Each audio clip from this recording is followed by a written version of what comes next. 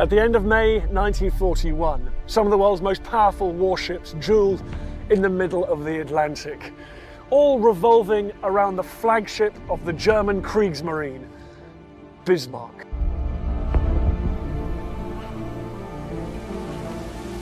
They told us the Bismarck was a tomb, a silent mountain of steel resting in the crushing darkness of the Atlantic. We thought we had mapped every inch of her broken hull, from the shattered gun turrets to the debris fields scattered across the ocean floor. But we were wrong. A state-of-the-art submarine drone just uncovered a sealed chamber no one knew existed. And here is the part that no one is ready for. It is not empty. It is warm. It is signaling. And it has been sealed tight since 1941. The world had almost turned upside down. What on earth could the Bismarck do next? What is pulsing behind those armored walls? A forgotten experiment? A warning system still running on 80-year-old batteries? Or something even more disturbing that defies explanation? The dive and the heat anomaly. The Atlantic Ocean is a place of absolute crushing finality.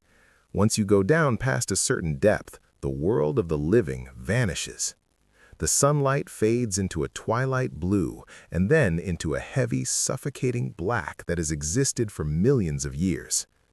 This is where the Bismarck lies, resting 3 miles down, or roughly 16,400 feet below the surface. To put that into perspective, that is deeper than the height of Mont Blanc stacked on top of itself. At that depth, the pressure is over 6,000 pounds per square inch. It is enough to crush a standard submarine like a soda can in a fraction of a second. For decades, the only way to see the wreck was through tiny portholes of manned submersibles or grainy footage from early remote vehicles. But 2024 was different. This was the year researchers deployed the Prometheus-10, a Hadal-class submarine drone built with one purpose: to go where humans physically cannot. This machine is a beast of engineering, designed to withstand pressures that would pulverize titanium. It was equipped with multispectral scanners, thermal imaging arrays, and a level of autonomy that allowed it to make split-second decisions in pitch-black conditions. When the team lowered it into the water, the mood was electric, but also tense.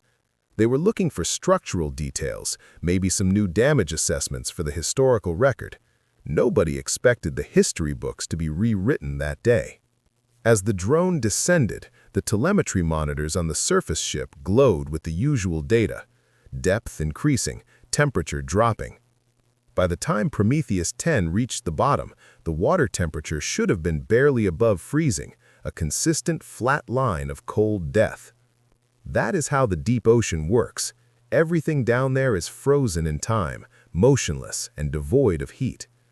But then, the thermal alarm on the control deck started blinking. At first, the lead technicians thought it was a glitch. They tapped the screens, rebooted the sensor arrays, and assumed the drone was malfunctioning. But the data held firm. As the drone glided over the port side of the hull, scanning the massive armor belt that once protected the ship from British torpedoes, the sensors picked up a spike. It was faint, barely a fraction of a degree warmer than the surrounding abyss. But down there, that is a massive red flag. Metal that has been sitting in freezing water for over 80 years does not generate heat. It physically cannot. The drone moved closer, its thrusters kicking up small clouds of silt that had settled decades ago. The camera focused on a section of the hull that had always been overlooked.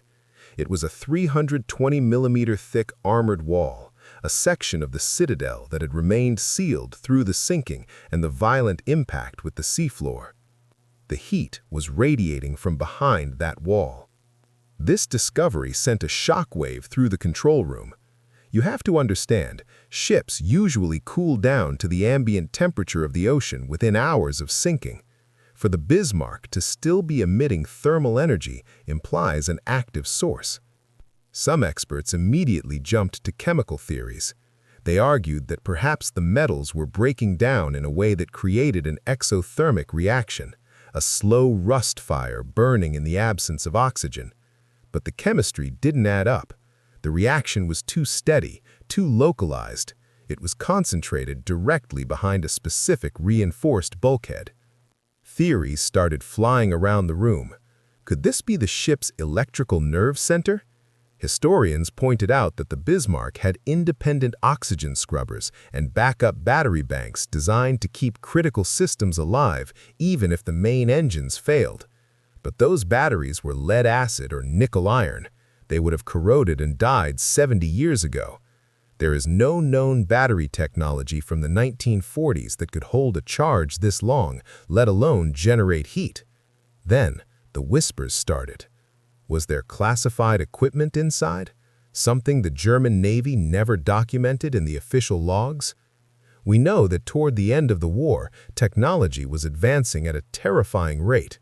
There were rumors of experimental power modules, sealed gyro-based targeting systems that could survive massive trauma, and magnetic anomaly sensors that were years ahead of their time. But even prototype tech needs a power source, unless the power source was something entirely different. The drone operator adjusted the contrast on the thermal feed. The heat signature wasn't a blob, it had geometry. It looked almost rectangular, like a bank of servers or a row of capacitors running in standby mode. The implication was impossible, yet there it was on the screen. The Bismarck wasn't just a dead wreck.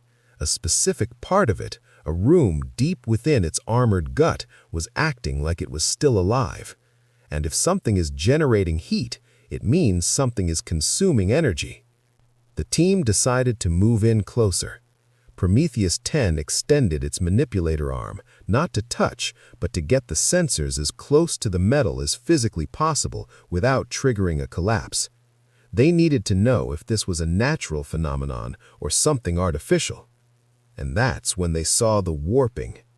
The steel plates around the heat source weren't just rusted, they were distorted, bent outward slightly, as if something inside was pushing against them, or as if the pressure inside the room was different from the crushing weight of the ocean outside. This changed the mission instantly. It went from a survey dive to an investigation of an anomaly that defied the laws of physics. The ocean is supposed to claim everything eventually. It crushes, it corrodes, and it erases. But this chamber was fighting back. It was maintaining its own environment. And just when the team thought they had seen the weirdest part of the dive, the external cameras picked up something on the surface of that warm steel that made everyone in the control room go silent. But here's the catch. The heat was just the invitation. What they found physically clinging to the hull was the warning, the mystery of the synthetic residue. The drone hovered inches from the warped plating. The lights from Prometheus 10 cut through the darkness, illuminating the scarring on the battleship's side. But the researchers weren't looking at the rust anymore. They were looking at a substance that had no business being 3 miles underwater. Around the seams of the sealed plating, oozing out from the microscopic cracks in the armor, was a thin, oily film. It was transparent, shimmering slightly in the artificial light, almost gelatinous. In the deep ocean, you expect to see biological growth. You see rusticles, which are icicle-like formations of rust created by iron-eating bacteria. You see algae, deep-sea coral, or just thick layers of silt. You do not see clear, viscous slime that looks like industrial lubricant. The lead scientist commanded the drone to take a sample. This was a delicate operation. The mechanical claw of the Prometheus 10 is precise enough to pick up a wine glass without breaking it, but scraping a sample off a decaying battleship requires nerves of steel. One wrong move could destabilize the plating or damage the drone. Slowly, the mechanical claw extended. A suction sampler tip pressed against the hull. When the sample was brought back to the surface hours later, the analysis began immediately. The team expected it to be some strange deep-sea bacteria, or perhaps a pocket of fuel oil that had leaked and congealed over decades. Fuel oil from World War II ships is a common find. It turns to a thick black sludge. But this was not black, and it was not sludge. Under the microscope, the substance was clean. It didn't have the cellular structure of biological material. It wasn't bacterial, it wasn't fungal, and it wasn't hydrothermal discharge. It was synthetic. The chemical breakdown revealed a polymer-like structure, rich in silicon and lithium compounds. This result baffled the lab at Geomar. Silicon polymers of this grade were not standard issue in 1941. While silicon research existed, it was in its infancy. This material looked like a decay-stabilized energy gel, something you might find in a damping system for high-tech electronics or nuclear cooling arrays. It was thermally reactive. When they placed a tiny drop of it in a vacuum chamber to simulate the pressure of the deep ocean, it didn't freeze or shatter. It thickened. It reacted to the pressure by becoming more durable, almost like a seal that gets stronger the harder you push on it. A chemical engineer on the team went on record hesitantly, calling it a smart fluid. But how could a battleship built in the late 30s possess a fluid that behaves like modern aerospace technology? This fueled a new wave of theories. Was the chamber that the drone found a storage unit for experimental materials? We know that the German war machine was desperate for advantages. They were experimenting with synthetic rubber, advanced fuels, and rocketry. Was this gel part of a shock insulation system? Imagine a room housing delicate prototype radar equipment or a mechanical computer. If the ship fires its massive 15-inch guns, the shock wave would shatter glass vacuum tubes instantly. You would need a shock absorption system. This gel could be the hydraulic fluid for a shock-mounted initiative to create sealed command compartments that could survive the sinking of a vessel. The idea was borrowed from early U-boat innovations: create a capsule that could withstand the crush depth, preserving the codes, the machinery, and perhaps even the crew inside for a retrieval that never came. The presence of lithium in the sample is the smoking gun for many. Lithium is a key component in batteries and energy storage. Finding it in a liquid suspension leaking from a warm room suggests that whatever is inside is leaking battery fluid, but not the acid kind we know. It suggests a high-density power storage medium that has degraded into a semi-liquid state but is still chemically active. The conspiracy theorists, of course, went full throttle. They looked at the clear, preserving nature of the gel and started talking about cryogenics or biopreservation. While that sounds like science fiction, the concept of medical preservation was being explored, albeit crudely, during the war. Was this residue evidence of a failed attempt to keep something or someone in a state of suspended animation? It sounds insane until you remember the heat signature. A chemical reaction breaking down this much lithium gel would generate heat.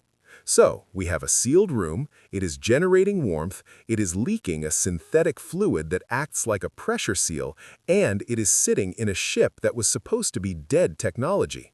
The researchers were already on edge, trying to make sense of the chemistry, when the ocean decided to throw them another curveball. The drone went down for a follow-up dive. They wanted to see if the leak was growing. They wanted to map the extent of the heat. But 9 hours into the descent, the sensors stopped looking and started listening. And what they heard turned the confusion into genuine fear. It is not that simple, though, because the ship wasn't just leaking fluids, it was trying to speak. The impossible signal. Sound travels beautifully underwater. Whales can communicate across oceans. Submarines can hear a propeller turning from miles away. But the deep ocean is usually a place of natural noise, the shifting of tectonic plates, the groaning of the wrecks settling in the mud, the flow of currents. It is a chaotic, random soundscape. But what Prometheus 10 picked up was not random. The drone's acoustic sensors were running a standard passive sweep, listening for the structural groans that might indicate a collapse was imminent. Suddenly, the audio visualizer spiked. A sharp, rhythmic ping cut through the static. It bounced off the inner wall of that sealed chamber and echoed out into the water. At first, the team assumed it was feedback. Sonar pings can bounce weirdly in tight spaces. Maybe the drone was hearing its own thrusters reflecting off the armor plate. They cut the thrusters. The drone drifted in silence, hovering in the void. The sound continued. 3 short pulses, 3 long pulses, 3 short pulses. Silence. Then, 62 seconds later, it repeated. The silence in the control room on the surface was absolute. Everyone knew what that pattern was. You learn it in Boy Scouts, you see it in movies. It is the universal cry for help. SOS. But ships do not send Morse code anymore, and certainly sunken battleships do not send Morse code. The electrical systems on the Bismarck were destroyed by shellfire and seawater before she even slipped beneath the waves. Even if a generator had miraculously survived, it would have run out of fuel in 1941. Even if there were batteries, they would be dead. So how was a pattern of distinct rhythmic pulses originating from inside the wreck? The technician analyzing the waveform noted the precision. It wasn't a human tapping on a hull. That would sound organic, irregular. This was mechanical. It was precise to the millisecond. This suggested an automated system. An old naval historian aboard the expedition remembered a footnote in a declassified operations manual. He pulled up a digital file on his tablet, searching for emergency protocols. He found a reference to a last-ditch distress system. The protocol involved pre-programmed electromagnetic relays. These were simple, rugged devices, basically clockwork mechanisms connected to a heavy-duty capacitor. If a ship were lost, and if the main power died, this system could be triggered to emit a low-frequency pulse using a dedicated sealed chemical battery. The idea was to help salvage crews find the wreck. But those systems were designed to run for 48 hours. Maybe a week at most, not 80 years. This is where the Signal 9 theory comes into play. The pulses were separated by exactly 62 seconds. Why 62? Why not 60? Why not 10? In German naval coding, specific time intervals were used to denote the status of the vessel. 62 seconds was not a standard interval for "I am sinking." It was a specific, obscure interval that some researchers believe indicated vessel sealed, cargo intact. The implications were terrifying. Was there a machine inside that room that had been waiting, dormant, for 8 decades? Perhaps the arrival of the drone, the lights, or the active sonar pings from Prometheus 10 had woken it up. Some systems are designed to be acoustic activated. They sit in standby mode, consuming zero power until a specific frequency hits them, triggering a chemical reaction that brings the battery to life for one final broadcast. Had the researchers accidentally turned the key? The SOS repeated 4 times over a 6-minute span. Then it stopped. The silence that followed was heavy. It felt like the ship had spoken and then gone back to sleep. But the data was recorded. It was real. Some skeptics tried to debunk it immediately. They claimed it was magnetic reverb, a phenomenon where the metal of the ship interacts with the ocean's magnetic field and releases stress in rhythmic bursts. But magnetic reverb doesn't spell SOS. Others suggested it was a prank by a hacker interfering with the drone's feed. But the signal was localized to the hydrophone on the drone 3 meters deep. You cannot hack that from the surface without leaving a trace. The most chilling possibility remained. The system was working exactly as intended. It was a beacon. But a beacon for whom? And if a machine was still running inside, protected by that strange gel and generated heat, what was it guarding? The answer might lie in the paperwork that never made it to the history books. Because when they checked the crew manifest against the size of the sealed area, the numbers didn't add up. And that is putting it lightly, because 32 men were about to become very important. The ghost crew of the Citadel. History is written by the victors, but it is also written by the bureaucrats. And bureaucrats love lists. Every sailor, every cook, Every mechanic on a warship is accounted for. The Bismarck was no exception. We have the lists. We know that over 2,200 men went into the water. We know that only 114 were pulled out alive. It is a tragedy of immense scale. But recently, a German naval historian named Clara Hennis started digging into files that had been gathering dust in a basement in Kiel. She was cross-referencing the official crew lists with the logistical ledgers from the companies that supplied the ship. That is when she found the discrepancy. There were 32 names on the provision logs, men who were issued bunks, rations, and security clearances who did not appear on the official naval roster. Who were they? Hennis tracked their affiliations. They weren't standards marine sailors. They were listed as technical specialists. Their employment records traced back to civilian contractors: Siemens, Schuckert, Lawrence, and Telefunken. These were the giants of German technology. Siemens built power systems. Telefunken built radios and radar. Why would 32 civilian engineers be on a battleship heading into a combat zone? And why were their names scrubbed from the final casualty reports? Typically, when a civilian contractor dies at sea, there are insurance payouts, letters to widows, and legal proceedings. For these 32 men, there was nothing. No letters, no memorials. It was as if they ceased to exist the moment they stepped on board. Hennisch found a single internal memo dated February 1941. It referenced a special detachment assigned to Compartment B. The memo stated that this detachment would operate under a total blackout protocol. They were to bypass the captain and report directly to a specialized technical command in Berlin. This suggests a ship within a ship, a group of men working in a sealed environment, guarding technology that was so secret even the ship's commander might not have had full clearance to see it. Now look at the sealed chamber the drone found. It is located deep in the citadel, the most protected part of the ship.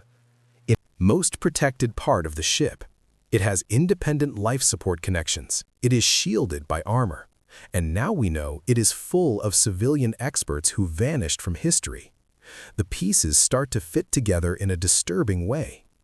If you were testing a new type of communication system, a new cipher machine, or a prototype guidance system, you would need engineers to run it. You would put them in a secure room, and if the ship went down, that room designed to protect the technology might also become a tomb. But not just a tomb, a bunker. The Project Nebelhorn theory suggests that Command 9 was a directive to seal the chamber in the event of catastrophic damage. The goal was to preserve the data and the prototypes at all costs. But what about the men? Were they sealed in there too? The heat, the gel, the SOS, they all point to a life support or preservation system that tried to do its job. The idea that 32 men could survive for 80 years is of course impossible, but the idea that they were part of a mechanism meant to survive is not. It gets darker. If those men were civilians, they might not have been bound by the same codes as the sailors. They were there for the machine, and when the water came rushing in and the bulkhead slammed shut, they were left alone in the dark with their creation. The drone scans showed no way out of that chamber. No hatches were open. The bolts were rusted shut, but they were engaged from the inside. Someone locked the door, and if they locked the door, they might have left a message. Basically, the drone didn't just find a room, it found a crime scene or a sanctuary. And then, just as the team was processing the reality of the missing men, the audio sensors picked up one final transmission that shattered every assumption they had made. So here's the question. If that system is still active, and if it was designed to protect something so vital that it was sealed in a fortress of steel, should we try to open it? Or are some secrets better left at the bottom of the ocean? Let us know what you would do in the comments below. And if you enjoyed this video, hit that like button and subscribe for more mysteries from the abyss. Thanks for watching.